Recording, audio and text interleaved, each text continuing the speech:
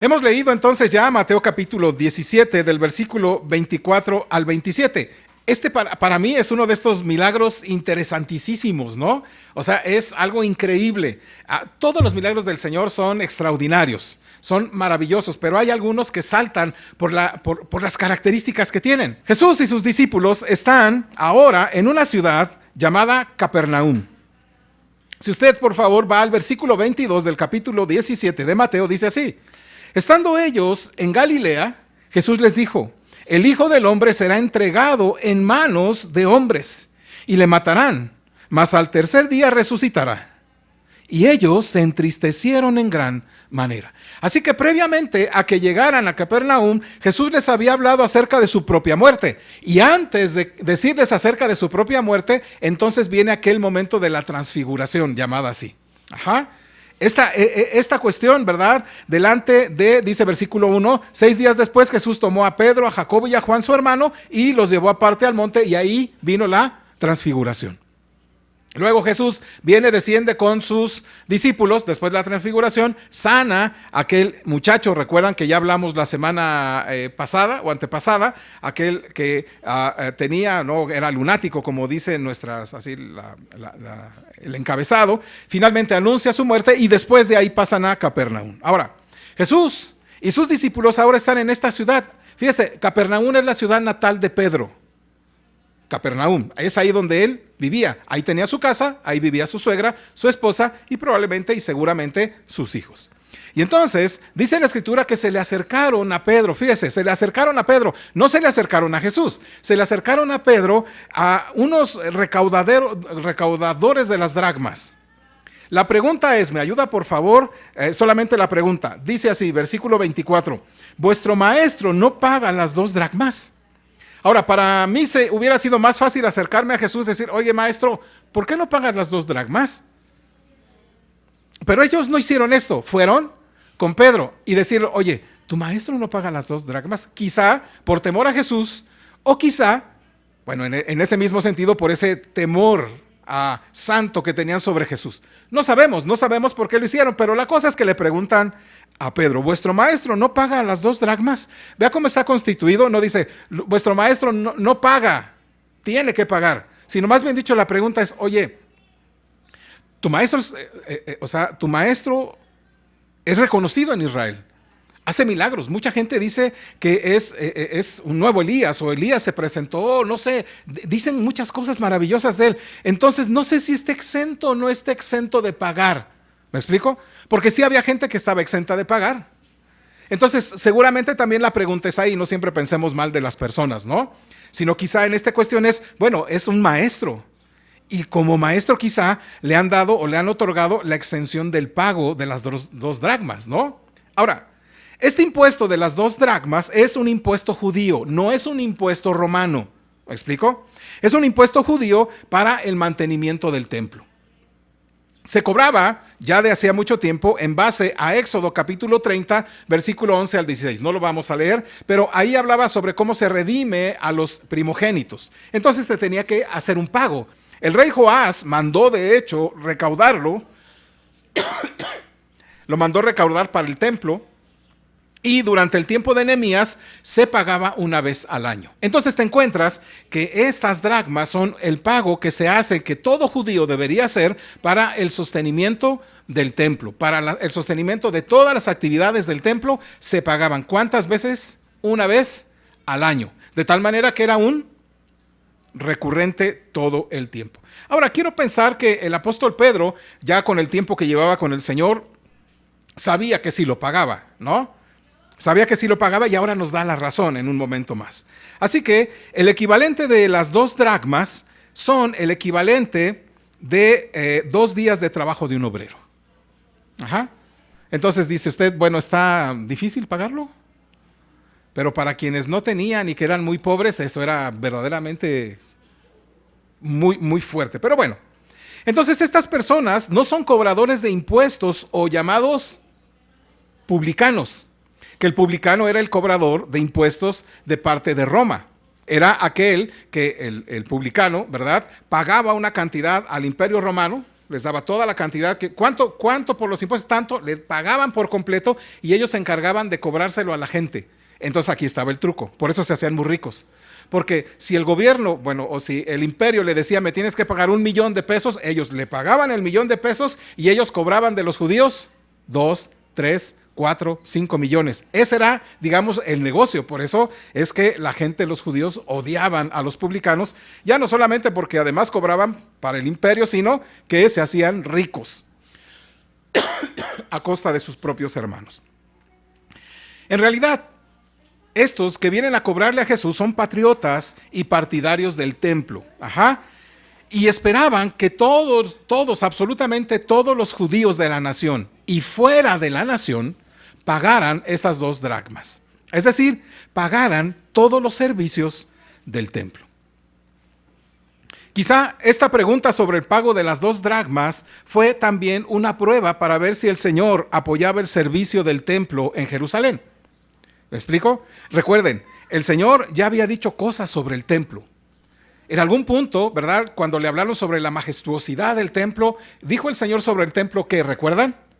Dijo, todo lo que ustedes ven aquí, este templo, va a caer, ¿no? No va a quedar sobre él piedra sobre piedra. Había profetizado y se cumplió. En otra ocasión, el Señor mismo habló, derribad este templo y en 3 días lo levantaré. ¿A qué se refería? Asimismo, así que detrás de todas estas palabras, pues había también como una cuestión de que, ¿y qué va a suceder? ¿Pagará o no pagará? También pudiera ser, ¿no? Recuerde que él ya había hecho cosas y había dicho cosas sobre el templo que los judíos consideraban hasta como escandaloso. De hecho, esta fue parte de las acusaciones que le hicieron frente al Sanedrín, ¿recuerdan? Yo oí que dijo, ¿verdad? Él dijo que iba a destruir el templo y luego, ¿verdad? Nada más hasta ahí se quedaron, y que luego lo iba a levantar. Pero obviamente lo decía en la connotación personal. Por eso entonces es que también le recriminaban y estaban en contra del Señor. Ahora, vienen y preguntan sobre el impuesto. ¿Y a quién le preguntan? A Pedro. Ahora, creo yo que Pedro sabía que el Señor lo pagaba. No sé, estoy yo suponiendo, no quiero pensar de primer momento mal de Pedro. Otros piensan que Pedro fácilmente se le fue la lengua. ¿Tu maestro no paga el impuesto al templo? Sí, claro, ¿no? No sé, es que no sé. ¿No? Tan es así que después van entrando a la casa y ¿quién primero pregunta o quién primero abre la conversación? Jesús, no Pedro. Entonces, quiero pensar algo de eso, ¿no? Bueno. Pedro dice, sí, claro que sí, sí lo pagamos. Escuche, la respuesta de Pedro no es una grande, sino es un sí. Bien pudiera haber sido un no, pero él dice en esta ocasión, sí. Ahora, Jesús, antes de entrar a aquella casa, a la casa de Simón, seguramente le dice, ¿me ayuda versículo 25, hermano, por favor? Él dijo, sí. Y al entrar él en casa, Jesús le habló primero diciendo, ¿qué te parece, Simón? Los reyes de la tierra, ¿de quién cobran los tributos o los impuestos? ¿De sus hijos o de los extraños? Observe, la primera cosa que hace es Jesús pregunta. Y mi amado hermano, esto es importante. A Pedro le preguntaron, no sé cuánto tiempo antes, pero él dijo que sí, pero no le comentó al Señor durante no sé cuánto tiempo. No sé si durante el camino él estuvo reflexionando, ¿cómo le diré que ya me metí en problemas por él y por mí? Pudiera ser. O ahorita le comento que paguemos eso porque pues lo pagamos, ¿no? No sé cómo estuvo esa conversación dentro de él. La cuestión es esta, que Jesús primeramente pregunta, y mi amado hermano, esta es la primera cosa que te quiero decir. El Señor sabe de antemano lo que estás pensando.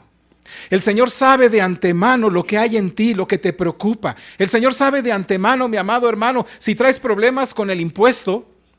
El Señor sabe si realmente no tienes problemas con que no estás pagando tu tarjeta porque te obligaste a pagarla, pero en realidad, mi amado hermano, has pecado quizá contra Dios porque no has pagado tu tarjeta. ¿Por qué? Porque estás buscando tener más y tuviste un poquito de más amor por las riquezas y gastaste más de lo que puedas tú pagar. Pero la cuestión es esta, el Señor pregunta primero. Y el Señor sabe de antemano el asunto de pagos que tienes tú en tu mente y en tu día. Ahora, no voy a hablar sobre impuestos, ¿no? Pero quiero que tú sepas esto, el Señor sabe lo que hay en nuestro corazón cuando tenemos situaciones así, financieras, relacionales, familiares, no sé, el Señor ya lo sabe. Sabe de antemano los asuntos y demás compromisos que tenemos. Y entonces el Señor se acerca a Pedro y a través de pregunta y una afirmación, nuestro Señor Jesús no va a dejar pasar este momento para enseñarle a Pedro algo y a nosotros. Escucha, amado hermano, no va a pasar esta ocasión para enseñarnos. Me impresiona esto. Usted sabe que el Señor Jesucristo no hizo ningún milagro en provecho de Él, en su propio provecho, ¿cierto? Él no va a decir, bueno, me siento mal y yo me sano a mí mismo, o tengo hambre y voy a hacer esto, ¿no? O sea, Él no lo hace así.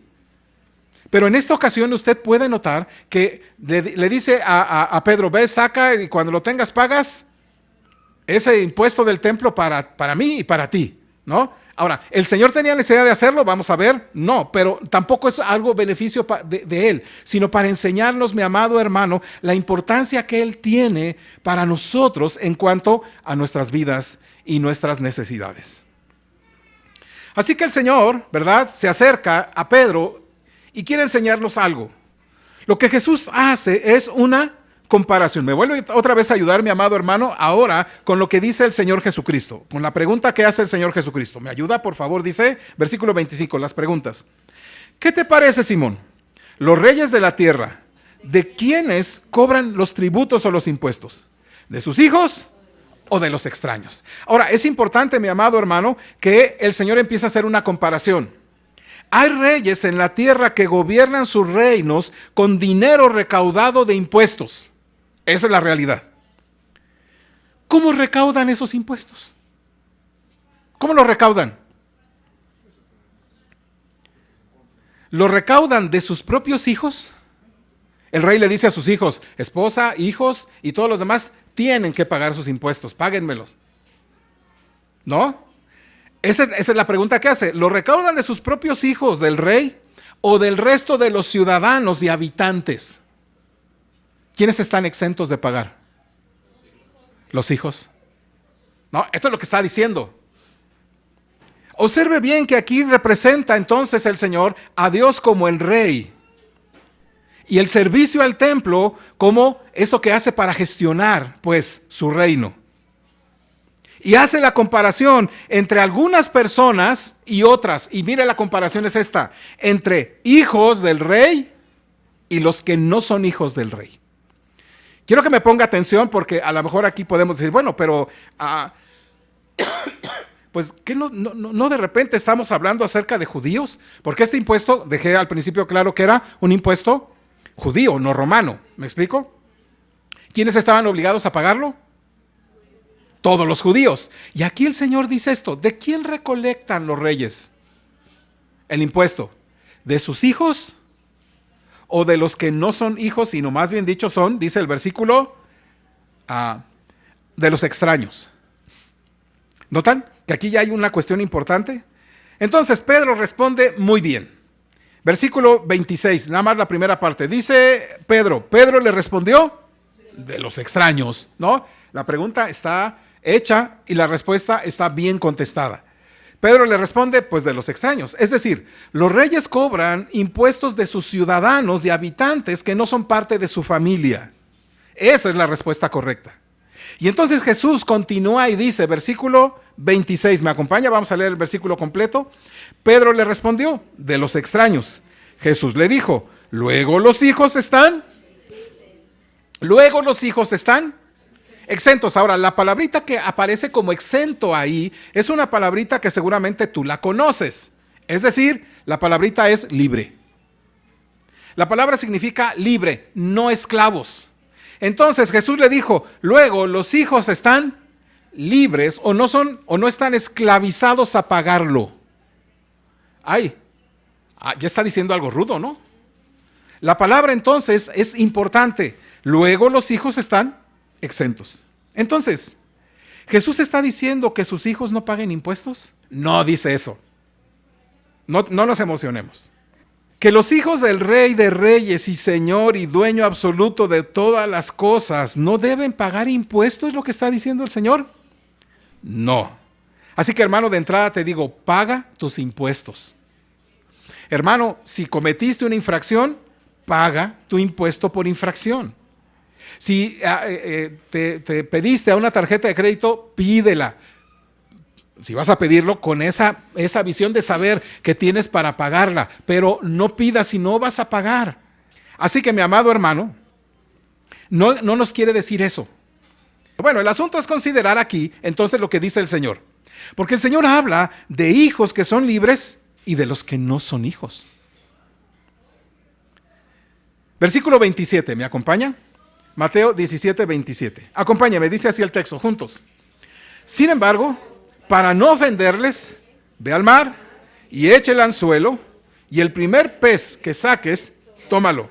Y al abrirle la boca, hallarás un estatero. Tómalo y dáselo por mí y por ti. Jesús dice que aunque los hijos sean libres, aunque los hijos son libres, aunque los hijos estén exentos, le dice a Pedro, tómalo y dáselo por mí y por ti. Es decir, aunque tú eres libre, aunque el Señor te ha hecho libre, mi amado hermano Pedro y Jesús dicen, paguemos de todos modos el impuesto al templo. ¿Ya notas? Entonces las comparaciones se hacen entre los reyes de la tierra y Dios, entre los hijos del rey y Jesús y sus discípulos. Y entonces la pregunta que plantea es esto. Entonces, ¿quiénes son los extraños y extranjeros según Jesús? ¿Y quiénes son los ciudadanos y habitantes que no están exentos, que no están libres de pagar el impuesto del templo?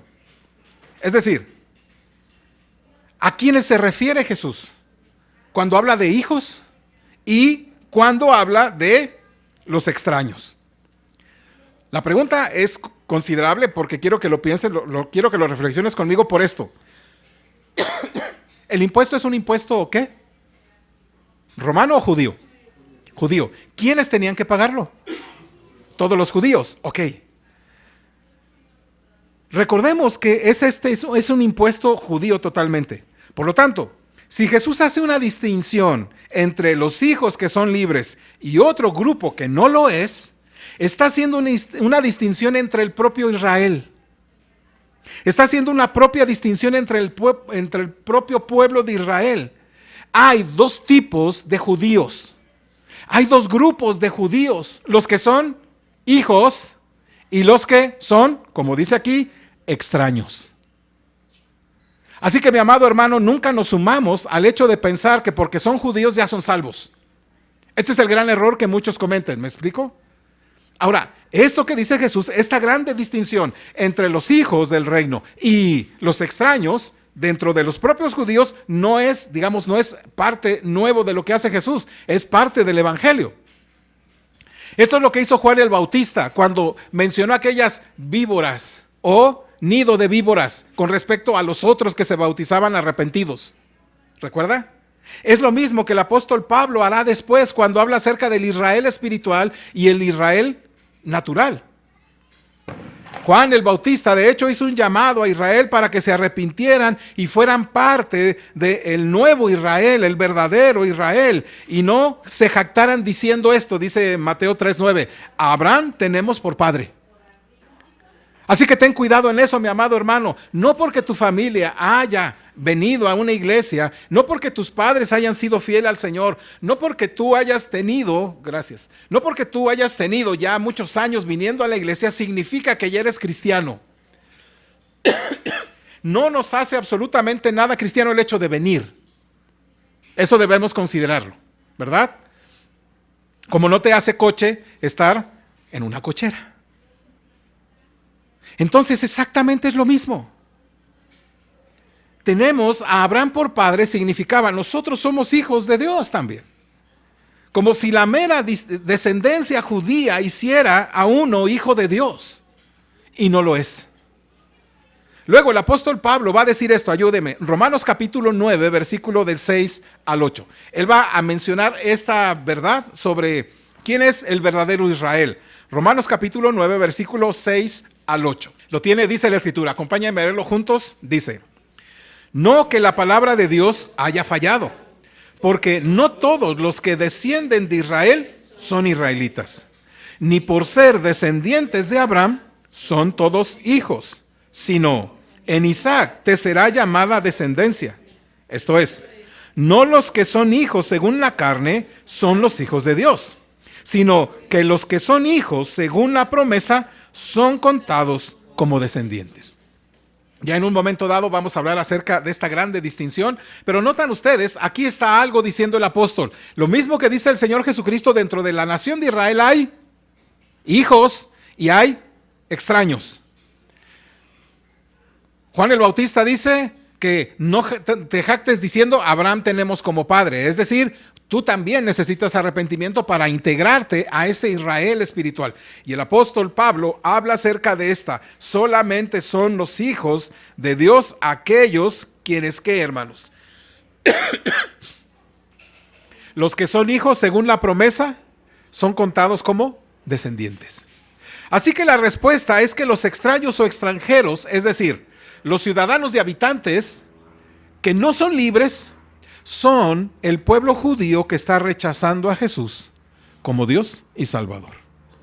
Ya, estoy explicando, usted me dice, hermano, eso ya lo habíamos entendido, pero quería que quedara así como en claro.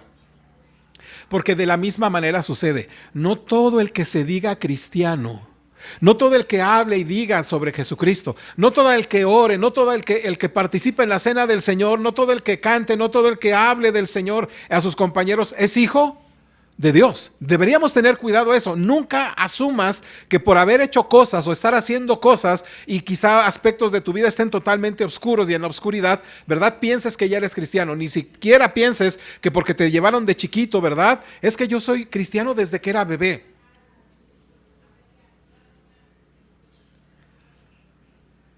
Jesús es el Hijo de Dios. Y aquellos que confían en Él y lo siguen, ellos son los hijos de Dios por vinculación a Cristo. Ellos son hijos por vinculación. Mateo capítulo 16, por favor, si dan un poquito atrás, versículo 15 y 16. Mateo 16, 15 y 16. Mire cómo le dice el Señor Jesucristo. Aquí está la vinculación con el Señor Jesucristo como hijos. Versículo 15 y 16. Dice, Él les dijo, ¿y vosotros quién decís que soy yo? Respondiendo Simón Pedro dijo, tú eres el Cristo, el Hijo del Dios viviente. Ahí tienes el reconocimiento no solamente de quién es Jesucristo, sino también de su deidad, sino también de su obra. Mas a todos los que le recibieron, dice Juan, a los que creen en su nombre, ¿qué dice? Que les dio el derecho, la potestad de ser llamados hijos de Dios. De tal manera entonces que esta es una verdad. Son hijos de Dios aquellos que están en Cristo, aquellos que están apegados a Él en su palabra, aquellos que han nacido de nuevo, aquellos que están viviendo una vida a través del Espíritu. Bueno, es verdad que Israel fue llamado hijo de Dios. ¿Sabía usted? Israel fue llamado hijo de Dios. Cuando de repente están en Egipto y Dios envía a Moisés, lo que le dice Dios a Faraón a través de Moisés fue esto: Israel es mi hijo primogénito, déjalo salir. ¿Ya? Así que sí, es verdad que Israel fue llamado así. Pero ahora Jesús dice que algunos judíos son hijos de Dios y libres y otros no lo son. Y aquí hay una razón. Y es así porque ser hijo de Dios tiene un significado nuevo, un significado personal y un significado individual en Cristo. En el Antiguo Testamento había una filiación, es decir, se consideraban hijos de manera corporativa. No sé si me explico. Se consideraban hijos de manera corporativa, es decir, toda la nación, todos los judíos que nacieran de judíos, eran hijos de Dios. Eso sucedía en el Antiguo Testamento, pero ahora hay una nueva relación personal con Dios a través de Jesucristo, quien es el Hijo de Dios. Esta nueva relación personal e individual del Hijo o de hijos a través de Jesús es lo que Jesús quiere decirnos en el versículo 26. ¿Me acompaña? Dice, Pedro le respondió, de los extraños. Jesús le dijo, luego los hijos están exentos. Es decir, luego los hijos son libres. Esos son los que viene hablando Jesús. Con la venida de nuestro Señor Jesucristo, el único, divino, eterno y no creado Hijo de Dios, al mundo pues se hace posible una nueva manera de relacionarnos con Dios. Ahora, se da el hecho de ser hijos de Dios en unión a Cristo. Una experiencia consciente y real en Cristo Jesús, que nadie conocía hasta antes de la venida del Hijo de Dios. Es decir, corporativamente Israel era considerado hijo. Pero cuando viene Jesucristo, entonces Jesucristo dice, aquí hay una gran separación. Aquellos que por fe han creído y que creen en mí, estos son hijos. El resto son simple, una nación, un pueblo. Ahora, Romanos 8, versículos 16 y 17, acompáñeme, por favor. Lo tiene, dice así, acompáñame con el texto, con voz fuerte, dice: el Espíritu mismo da testimonio a nuestro espíritu de que somos hijos de Dios.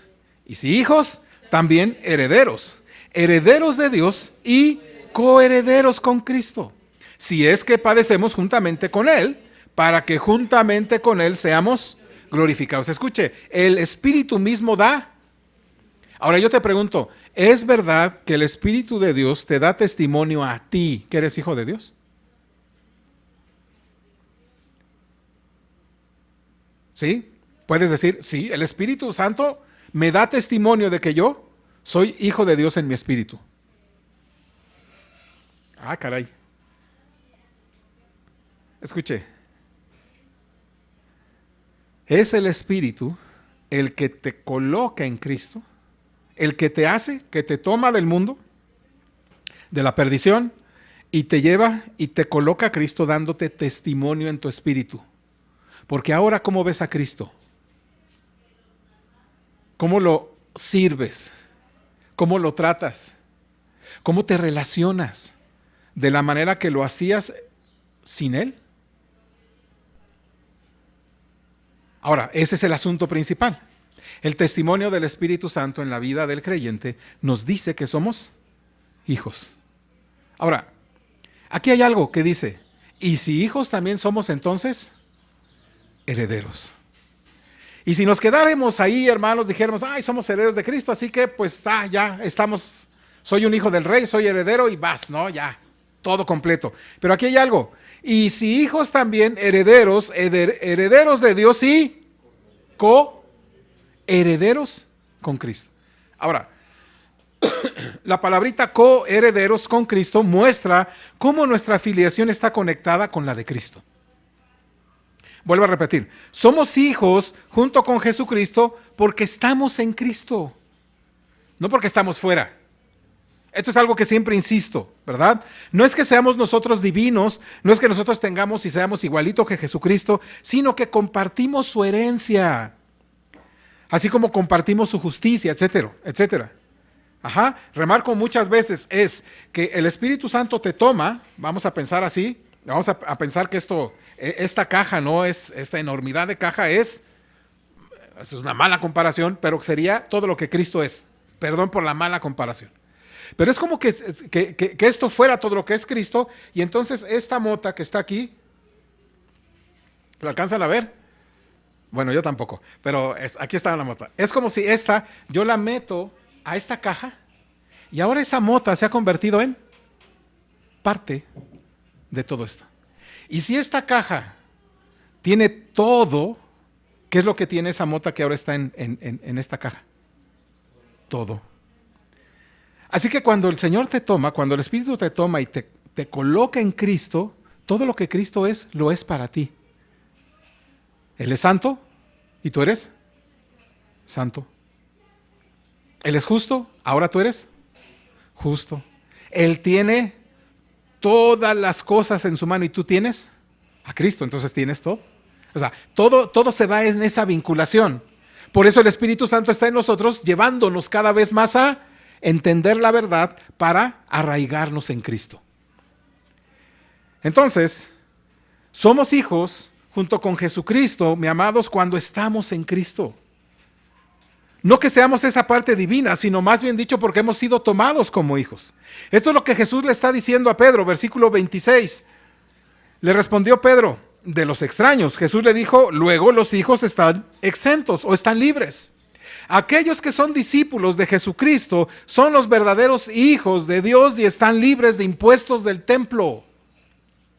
Y aquellos que lo rechazan, aquellos que no están en vinculación con Él, aquellos que no han sido, ¿verdad?, aún todavía tomados, pues, como hijos, no son los verdaderos hijos de Dios y no son libres. Ahora, ¿significa esto que Dios quiere que su templo sea sostenido por incrédulos? No. Esta no es la cuestión de la que está hablando el Señor. Jesús quiere que veamos dos cosas aquí. Primero, Él quiere que entiendas que el templo ese que estaba construido está a punto de desaparecer. ¿Cierto? El templo de Israel estaba a punto de desaparecer y sería reemplazado por un nuevo templo. ¿Recuerda qué templo es? ¿Quién? Él mismo. Él mismo es el templo. ¿Me explico? Él es el verdadero lugar de encuentro con Dios. Jesucristo, de hecho, Él mismo dijo que alguien más grande que el templo está aquí. ¿Cierto o no? Segunda cosa que Él quiere que veas. Jesús nos dice que los verdaderos hijos de Dios no pagan el impuesto. No están obligados a pagar el impuesto, sino que son libres para hacerlo. Es la gran diferencia. Y lo hacen evidentemente porque están en la libertad de hacerlo. A ver, los judíos tenían que pagar ese impuesto de manera obligatoria. Los hijos no están obligados a hacerlo, pero lo hacen. Por eso envía a Pedro a pagarlo. Y es que los verdaderos hijos de Dios, los que por vinculación están en Cristo a través de la fe, esos son los suyos, los que le siguen y son libres porque Jesús mismo está tomando el lugar del templo y nosotros ahí lo adoramos a Él. De hecho, Jesús lo dijo en Mateo 12:6, dice, pues os digo que uno mayor que el templo está aquí, refiriéndose a Él mismo. El lugar estaba dando paso a la persona de Jesucristo. Aquella mujer le dijo, oh, creo que tú eres profeta, pero nuestros padres nos dijeron que aquí debería ser la adoración y ustedes los judíos dicen que es allá en Jerusalén. Y después, oh, créeme mujer, que la hora viene y ahora es cuando los verdaderos adoradores adorarán al Padre en espíritu y en verdad. Ajá, porque tales adoradores busca a Dios que adoren. Y se refería, en pocas palabras, a mí. Yo soy el que está, este es el objeto, yo soy a quien debes tú adorar. El templo va a pasar y pasó. De hecho, hasta el día de hoy aún no existe ese templo, el templo de Jerusalén, pero Jesucristo se erige como tal. Los hijos son libres entonces porque estamos descubriendo que ese templo, que es nuestro Señor Jesucristo, ya ha hecho la obra completa. Y el tiempo de llegar a Dios a través de Jesús ha llegado, ya no lo hacemos a través del templo.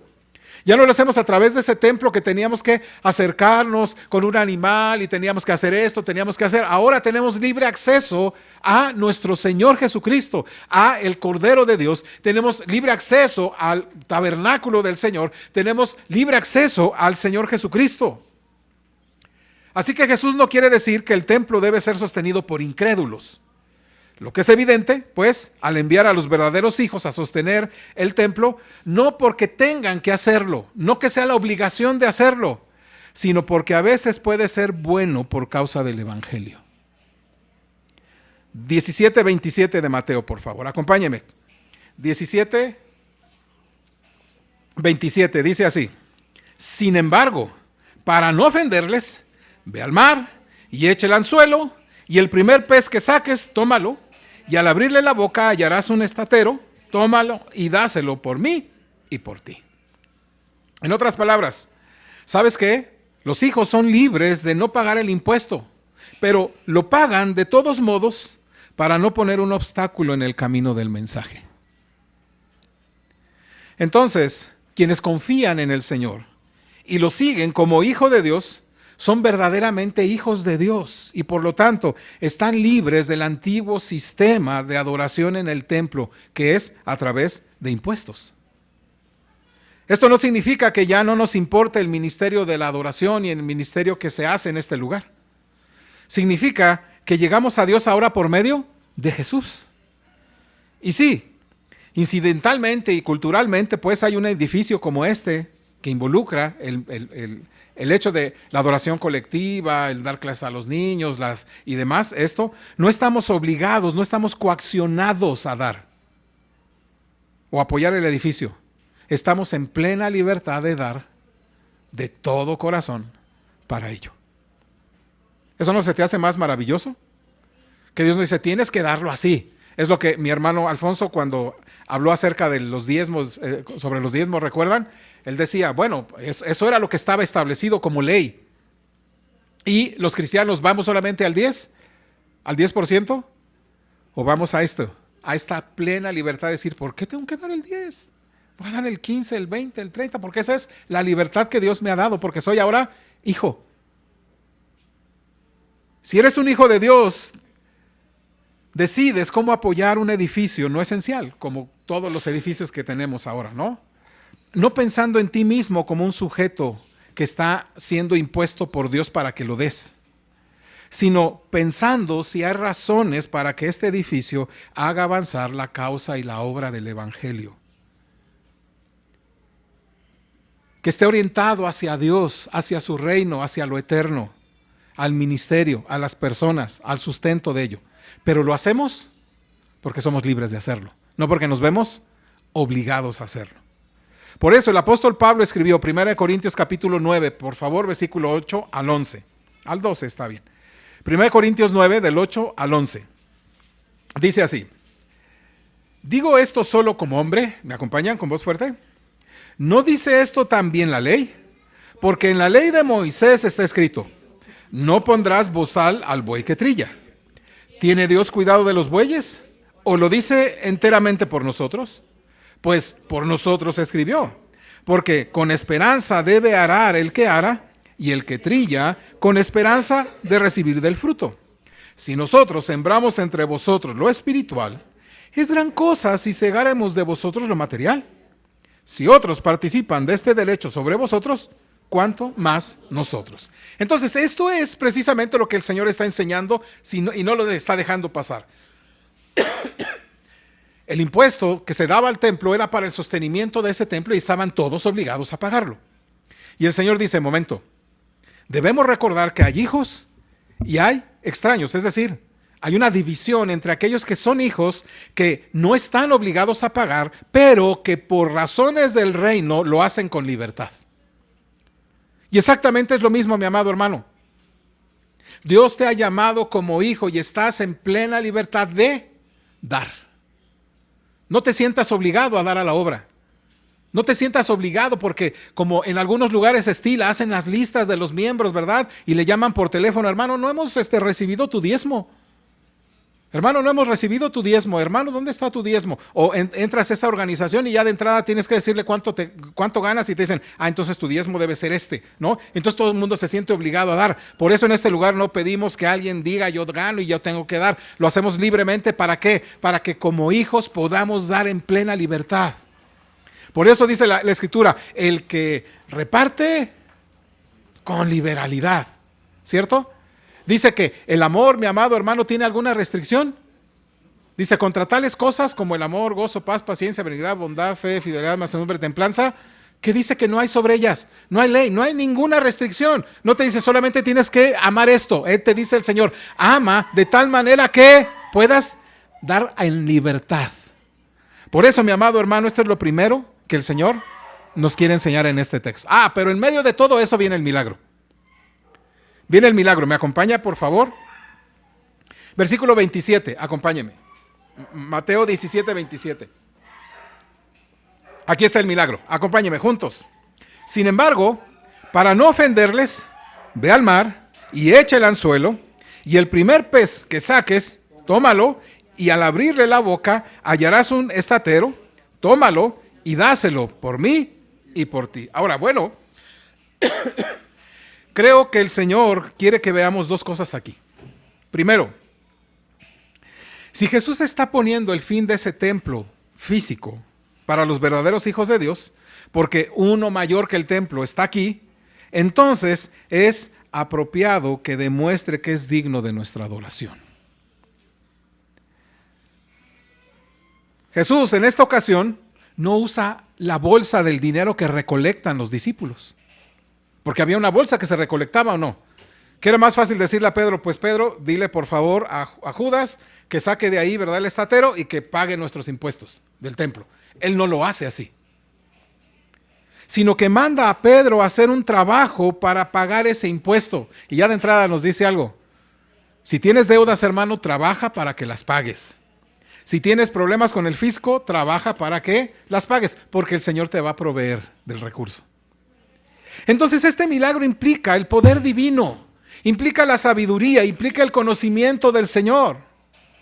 Alguien tenía que asegurarse de que un estatero que valía exactamente 4 dracmas, 2 para Jesús y 2 para Pedro, fuera arrojado al mar. No sé si me explico. Ahora, tú dirás, yo lo veo de esa perspectiva. A lo mejor, no, el Señor hizo que apareciera ahí el estatero. Yo creo que Dios, ¿verdad?, tenía a alguien, ¿verdad?, que lo hiciera. Pero escucha esto: para que se pagara el impuesto, alguien tenía que asegurarse, primero, que un estatero fuera arrojado al mar. Y luego, alguien tenía que asegurarse que el pez lo recogiera, pero que no se lo tragara. O sea, que lo recogiera y solamente lo tuviera en la boca, ¿cierto? Alguien tenía que asegurarse que el pez mordiera el anzuelo de Pedro sin tragarse la moneda. ¿Me explico? Y que además permaneciera enganchado hasta que lo sacaran. Y luego, ¿verdad?, alguien tenía que asegurarse que ese pez no volviera a regresar al agua después de que le hayan quitado el anzuelo. Y escucha esto: cuando Jesús dice, de hecho, que todo esto va a suceder tal como Él lo dice, demuestra exactamente lo que Pedro confesó de Él: tú eres el Hijo de Dios. Tú eres el Hijo de Dios. Mi amado hermano, frente al Jesús que hace milagros, solamente tenemos que decir: tú eres el Hijo de Dios, tú eres el Señor, tú eres el digno de adoración, tú eres al cual yo debo inclinarme y decir: ¿quién como tú? Solamente tú, en tu sabiduría, en tu poder, en tu fuerza, porque Él es el único que sí se asegura de esas cosas. Él es el que se asegura de cada uno de esos procesos que van a hacer que seas sustentado, que seas alentado, que seas fortalecido. Amado, no tienes que ir a ningún lado ni pagar nada para adorar a Dios. Él ha venido a ti, ahí está. Simplemente tienes que adorarlo por lo que Él es. Él es el único digno de adorar porque Él sí sabe todas las cosas. Y eso es la primera cosa que deberíamos entender sobre este milagro. El Señor sabe y controla cada cosa y sabe dónde debería estar cada cosa en su lugar. Solamente créele. Acércate a Él, porque Él es un Padre que te ama y te dice: sí, yo estoy contigo, y de tal manera que todo lo voy controlando de una manera tal que yo me aseguro que una cosa siga a la otra y que esa otra siga a la otra hasta su mera conclusión para su propia gloria. ¿Eso no se les hace maravilloso, hermano? Y la segunda cosa que deberías ver en este milagro es que cuando actúas en libertad, cuando actúas en amor y no bajo coerción o restricción, cuando das, Dios mismo trabaja para ti de manera que nunca soñaste. Solamente es cuestión, mi amado hermano, que creas al Señor, que te abones al Señor, que veas al Señor, que te integres al Señor, que lo busques por las mañanas, por las tardes, por las noches, porque cuando actúas así, mi amado hermano, entonces eres un hijo libre, y en esa libertad y en ese amor, mi amado hermano, empiezas a dar, empiezas a confiar y no te sientes obligado, sino te sientes en plena libertad de estar dando y dándole al Señor, porque el Señor entonces va a trabajar por ti en maneras que tú jamás piensas que vendrán. Es como la alimentación de los 5,000, ¿recuerdas? Ahí están 5,000 personas. Y escucha lo que dice Jesús. ¿Recuerda que les dice Jesús? Se llegan a Jesús y le dicen: maestro, hay muchas personas, despídelos para que vayan por lo menos a comprarse algo. Y la respuesta del Señor es algo interesante. ¿Qué les dijo? Dadle vosotros de comer. Señor, dadle vosotros de comer. Ellos no dijeron otra cosa más que: Pues el Señor dice que les demos de comer. Y entonces descubrieron que por ahí, ¿verdad?, hay 5 panes y 2 peces que piden prestado. Y Jesús les dice, pues dale de comer. ¿Sabe? Dale de comer a 5,000 personas con 5 panes y 2 peces.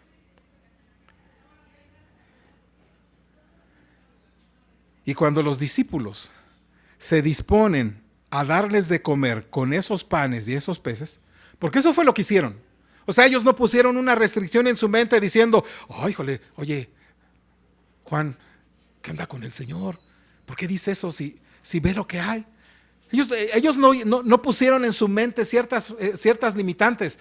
El Señor les dijo, ustedes deben de comer, Señor, tenemos estas cosas. El Señor tomó esos peces y esos panes, oró y los puso en aquella cesta y dijo, ahora, vamos, repártanlas, vamos, empiecen a hacerlo. ¿Y qué hicieron los discípulos? Empezaron a repartir, se dispusieron a hacerlo con toda libertad. Es la misma cosa que hizo Pedro cuando pagó el impuesto. No le puso ninguna cosa, le dijo algo al Señor. Pedro ve y está al mar y tira así, asado, y volteó así diciendo, Señor, ¿qué te pasa? O sea, es un pez con una moneda, Señor. Eso como que no entiendo. Pedro no dijo eso. ¿Qué hizo Pedro? Obedeció. Mi amado hermano, ¿quieres ver la mano y el poder de Dios en tu vida? Pues obedezcamos. Obedezcamos, mi amado hermano, porque cuando nos disponemos a hacerlo, entonces Dios hace que eso se multiplique, Dios hace que aquello suceda y Dios hace que tú puedas ver claramente que Él está en control de esas cosas. Y Dios hace que haya monedas en la boca de los peces siempre. Ahora no estoy diciendo que te vayas ahorita, ¿verdad? Allá a Valsequillo y dije, pues ahorita voy a sacar el primero. Lo que te quiero decir es esto. No es que Dios siempre vaya a obrar un milagro para sacarte de algún apuro, sino que hará todo lo que tenga que hacer para ayudarte a seguir el camino de la libertad, de la obediencia, del amor sacrificial, para que Él pueda hacer aquellas cosas que tú no puedes hacer. Solamente necesitamos de nosotros la obediencia. Solamente necesitamos de nosotros decir, sí Señor, tú tienes razón. Y si dices que hay que hacerse así, así lo hacemos. Y si tú hiciste estas cosas de esta manera, Dios, está bien. No voy a cuestionar, no te voy a reclamar, sabes que ya no quiero saber porque tú no sé qué estás haciendo. Lo único que voy a creer es que sí, tú lo estás haciendo porque tú tienes el control de esas cosas. Tú te vas a asegurar que donde caiga, ¿verdad? Mi caña, ¿verdad? Justamente ahí haya llegado un pez que tragó, pues, o que se llevó a la boca un estatero que una persona tiró en el mar y que justamente ese pez salió ahí, que cuando yo lo saque no se caiga la moneda y que al mismo tiempo pueda yo sacarlo. Yo sé que tú te vas a asegurar de eso, pero créele, hermano, créele. No estás obligado a dar, pero el amor puede obligarte a dar. Y si lo hace, habrá una manera. Si Dios está en ello, Dios obrará para que des y des con plena libertad. Al igual que con la alimentación de los 5,000, esta captura de este pez con una moneda en la boca tiene la intención de ilustrarnos que Jesús, el Dios que todo lo puede, es el Dios que nos ayuda. Lo hará. Él nunca te pedirá que sirvas o que ministres de una manera en la que no te dé la gracia para hacerlo. Él nunca te pedirá que pagues algo por lo que con el tiempo no te proporcionará lo que esperas pagar. Él te va a ayudar. Sí lo hará y lo ha hecho. Puede que no pesques un pez con una moneda en la boca, pero si te dedicas al Señor, si le crees al Señor, si le obedeces al Señor, si te sometes al Señor, si dejas de cuestionarle al Señor, entonces Él es fiel a sus promesas y te va a ayudar. Amén. Él lo hará. Él no quiere que estés esclavizado. Él quiere que seas libre. Él no quiere que empieces a decir, no, es que tengo que dar a la iglesia, es que tengo que dar a esto, es que tengo que dar a aquello. Porque si lo ves desde esa perspectiva, hermanos, entonces Dios no te puede decir, vete a pescar, porque yo voy a proveer. Él no quiere que estés esclavizado. Y de hecho, mi amado hermano, si tienes una deuda, Él no quiere que estés ahí esclavizado. Pídele perdón al Señor. Él quiere que tengas toda la libertad para dar, no por obligación, no por coacción, sino en la libertad del amor a Dios y el amor al prójimo. Porque al final, el Señor siempre nos ayuda, hermanos, y nos va a proporcionar de su gracia todo el tiempo para que puedas desbordar en amor a la obra de Dios, a la obra con el prójimo y a la obra para su gloria. Así que nunca restrinjas, mi amado hermano, el corazón que Dios te ha dado como hijo, porque no estás obligado. Estás siendo conducido por la libertad del amor para dar aquello que sea para su gloria. Así que vamos a ponernos en pie, mi amado hermano.